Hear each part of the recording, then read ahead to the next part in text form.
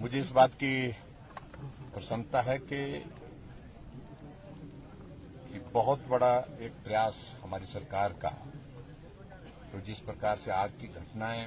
पूरे प्रदेश भर में होती रहती हैं और हम इस बात को भी देख रहे हैं कि हर बार ये घटनाओं में बढ़ोतरी भी हो रही है। ऐसे में उस सारी चीज को निपटने के लिए, आदमी की जिंदगी को बचाने के लिए, सार्वजनिक संपत्ति को, सरकारी संपत्ति को बचाने के लिए ये बहुत आवश्यक है कि हम अपने फायर ब्रिगेड के सिस्टम को बेहतरीन करें और बेहतरीन करने के साथ साथ उनको सुविधाएं उपलब्ध कराएं। उस दृष्टि से हिमाचल प्रदेश में आज तक के इतिहास में हमारी 4.5 वर्ष की कार्यकाल में बहुत बेहतरीन काम हुआ है और मुझे आज इस बात की भी खुशी है कि आज 21 वाहन जो हमने डेडिकेट किए, जो अपने अपने अलग अलग स्थानों में जाकर के अपनी सेवाएं देंगे और इन 21 वाहनों पर 7 करोड़ 64 लाख की लागत आई है। और ये भी मैं कहना चाह रहा हूं कि हिमाचल के इतिहास में फायर ब्रिगेड की इतनी एक बड़ी एडिशन एक साथ पहली बार हुई है और 4 सालों में हमने 31 जो है वो नए वाहन जो है वो फायर ब्रिगेड को उपलब्ध कराए हैं, लगभग 12 करोड़ 80 लाख की लागत से। जो चौकियां हमने हिमाचल प्रदेश में स्थापित की हैं वो 18 हैं और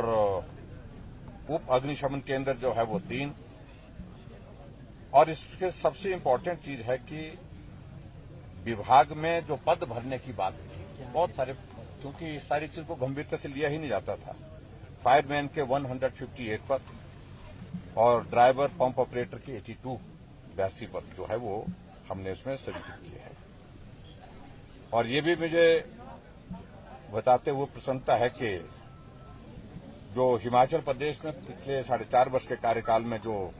घटनाएं विभिन्न स्थानों पर जो है वो आगजनी की हुई है, उसमें 1395 लोगों की जान बचाने में फायर ब्रिगेड ने बहुत महत्वपूर्ण भूमिका, एक बहुत बड़ा साइजेबल नंबर है, यानी कि तुरंत कार्रवाई और प्रभावी ढंग से कार्रवाई।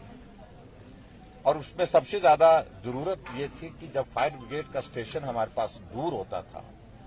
और कहीं दूर दराज के इलाके में, ग्रामीण क्षेत्रों में आग लग जाती थी, फायर टेंडर पहुंचने में बहुत ज्यादा देर हो जाती थी, तब तक के लिए गांव जल जाता था। ऐसे में हमारे अलग अलग स्थानों पर फायर स्टेशन, सब स्टेशन इस तरह से हम खोलते जाएं ताकि अगर घटना घटित होती है तो तुरंत जो है आधे घंटे 40 मिनट 50 मिनट के अंतराल में ही वहां पर उस आग को काबू पाने के लिए जो प्रयत्न किए जा सके। और जहां तक हिमाचल प्रदेश में जो आगजनी की घटना पिछले 4.5 वर्षों में जो हुई है, जिसमें जो प्रॉपर्टी को जिसको बचाया गया है फायर ब्रिगेड के काम करने की कुशलता से, 5000 करोड़ से ज्यादा का जो है वो प्रॉपर्टी जो डैमेज होनी थी, निश्चित रूप से होनी थी, जिनको आग ने अपनी चपेट में ले लिया था, उनको बचाया है। ये भी एक बहुत बड़ा कंट्रीब्यूशन फायर ब्रिगेड का रहा है। और मैं आज इस अवसर पर होम डिपार्टमेंट के साथ साथ में जो हमारे एडीजीपी एसपी सिंह हैं, इनकी सारी टीम को और जितने भी जिन लोगों ने अपने जीवन को संकट में डाल करके फायरमैन ने लोगों की जीवन को बचाने के लिए प्रयत्न किए हैं, उन सबको साधुवाद देता हूं। और आने वाले समय में फायर ब्रिगेड बहुत बेहतर ढंग से काम, क्योंकि अभी जो हमने गाड़ियां यहां पर दी है ये लेटेस्ट टेक्नोलॉजी के साथ इक्विप्ड है गाड़ियां, यानी कि ये रेस्क्यू ऑपरेशन में भी काम कर सकती हैं और रेस्क्यू ऑपरेशन के साथ साथ में फायर को काबू का मतलब आग को काबू करने में भी उसमें महत्वपूर्ण भूमिका है। और तो सर, जिस तरह प्रदेश में मानसून दस्तक दे चुका है, 8 दिनों में 49 मौतें, 50 लोग घायल और 47 करोड़ का नुकसान हो चुका है। डीसी और एसपी की रिव्यू मीटिंग के अलावा प्रदेश सरकार इस विषय में कोई नया इनिशिएटिव लेने की तैयारी में है क्या? देखिए, बरसात के मौसम में घटनाओं का क्रम ये हर बार होता है, लेकिन अब की बार अभी बरसात ठीक तरह से मैं कह सकता हूं अभी शुरू नहीं हुई है सही मायने में, लेकिन नुकसान शुरू के दौर में काफी ज्यादा हुई, ये हमारे लिए चिंता का विषय है। खासतौर से कुल्लू जिला में ज्यादा क्षति उसमें हुई है, जिसमें एक जगह बस के गिरने से, और हालांकि उसको भी हम यही माने कि बरसात की वजह थी उसके, क्योंकि लैंडस्लाइड होने के कारण सड़क जो है अवरुद्ध पड़ी थी आधी, और ड्राइवर ने जबरदस्ती वहां से उस सड़क से गाड़ी निकालने की कोशिश की, तो वहां पर दुर्घटना हो गई। 13 लोगों की दुखद मृत्यु हुई। अभी 5 लोग जो है वो और जो है वो मिसिंग है, वो कुल्लू के इलाके में मणिकर्ण की वैली में, जो जिसमें उनके लिए राहत कार्य के लिए अभी तक भी प्रयत्न जारी हैं कि ताकि उनकी वो हम जीवन को बचाने के लिए प्रयत्न कर सकें। लेकिन जहां तक घटना घटित हुई हैं, नुकसान हुआ है, शिमला में भी घटना यहाँ दली में हुई है घटित, जिसमें एक बच्ची की मृत्यु हुई है। तो ऐसे में हमारी कोशिश ये है कि डिप्टी कमिश्नर के साथ जो हमने वीडियो कॉन्फ्रेंस की है, हमने कहा कि बहुत अलर्ट होकर के, सतर्क होकर के काम करने की आवश्यकता है, और खासतौर से जहां इस तरह की घटनाएं ज्यादा होती हैं, जिसमें हमारा कुल्लू जिला है, हमारा चंबा है, किन्नौर है,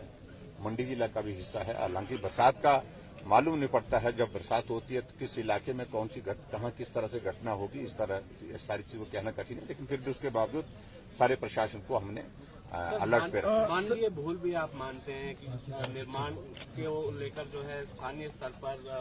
लोग भी जो है कोताही बरतते हैं, क्या अपील करेंगे? और प्रशासनिक इस सारी चीज को लेकर के हम कई बार बहुत जल्दी में कुछ चीजों के लिए आगे बढ़ते हैं, जल्दी होना चाहिए, अभी होना चाहिए, यह आदमी का स्वभाव है। और बहुत ज्यादा आवश्यकता है हिमाचल प्रदेश में, विशेष तौर से जब आप भवन का निर्माण करते हैं, चाहे वो सरकारी क्षेत्र में, चाहे वो अपना निजी है, उसमें इस बात को सुनिश्चित करने की आवश्यकता है कि भवन निर्माण के जो नॉर्म्स हैं, नॉर्म्स के मुताबिक बनाए जाए, ताकि इस प्रकार की घटनाएं घटित ना हो बरसात में, जिसमें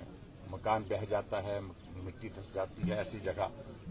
अवॉइड करने की कोशिश करनी चाहिए, लेकिन उसके बावजूद भी इतना सरल नहीं, कठिन काम है, मैं मानता हूं। लेकिन फिर भी सावधानी बरतने की आने वाले समय में सभी जनमानस को आवश्यकता है। सर, पंचायत सचिवों के मुद्दे पर नेता प्रतिपक्ष कह रहे हैं हम सत्ता में आते ही पंचायती राज विभाग में उन लोगों को मर्ज करेंगे। वो तो आजकल रात को भी बोलते हैं, कमरे में कैमरा ऑन कर देते हैं और कैमरे के सामने खड़े हो जाते हैं, ऐसा लगता है कि लाखों लोगों को वो संबोधित कर रहे हैं।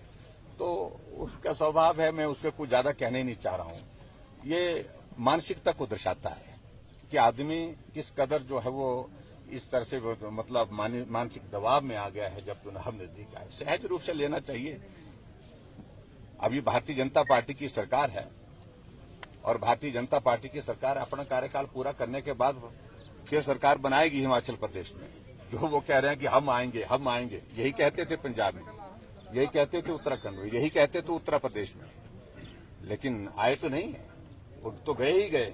तो यहां पर भी वो जाएंगे ही जाएंगे निश्चित रूप से। लेकिन उन्होंने अपनी बात कही है, उनकी बात हमने सुनी है। मैं विनम्र आग्रह करता हूं सभी से कि वो हड़ताल किसी के बहकावे में न करें, हड़ताल बंद करें, और उनके जितने भी मसले हैं उन मसलों को लेकर के पिछले कल शाम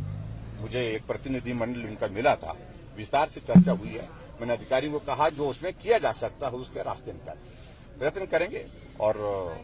मैं सिर्फ इतना ही कहना चाह रहा हूं कि भी उसमें सारी चीज को लेकर के बहुत ज्यादा किसी के कहने पर न जाकर के वो हड़ताल को वापस ले, ताकि हमारा संवाद का जो क्रम चला है उसको हम जारी रखें। सर, कोरोना का मामला, कोरोना का आंकड़ा एक बार फिर 1000 छूने वाला है, तो इस पर कोई फिर से बंदिशें लगाने पर विचार किया? देखिए, कोविड के मामले में इंक्रीज आई है पिछले दिनों, सावधान होने की आवश्यकता होगी निश्चित रूप से। और खासतौर से कुछ एक क्लस्टर ऐसे निकल रहे हैं जहां हमने फोकस किया है, हमने हेल्थ डिपार्टमेंट को कह दिया है, सैंपलिंग भी, टेस्ट की जो है वो सैंपल जो है उसका नंबर भी बढ़ाइए, और उसके साथ साथ में उसको प्लान करिए प्रॉपर आइसोलेट करने के लिए किस प्रकार से कर सकते हैं। Thank you.